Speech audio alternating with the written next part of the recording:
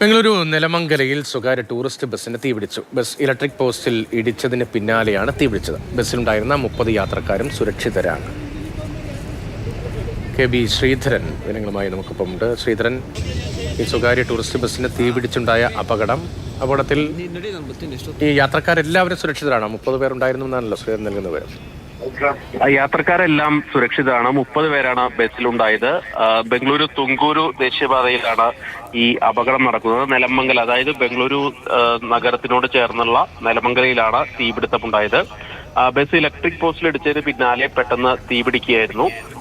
ഈ ആക്സിഡന്റ് ഉണ്ടായതിന് തൊട്ട് പിന്നാലെ തന്നെ ആളുകളെല്ലാം, യാത്രക്കാരെല്ലാം തന്നെ പുറത്തേക്ക് ഇറക്കി. അതുകൊണ്ട് തന്നെ വലിയ അപകടം തന്നെയാണ് ഒഴിവായത്. ഇതിനു മുൻപ് ഈ ബംഗളൂരു പൂനെ ദേശീയപാതയിൽ പലതവണ ബസ്സിന് തീപിടിക്കുന്ന, അതായത് സ്ലീപ്പർ ബസ്സിനൊക്കെ തീപിടിച്ച് വലിയ അപകടം ഉണ്ടാകുന്ന സംഭവങ്ങളൊക്കെ സമീപകാലത്തുണ്ടായി.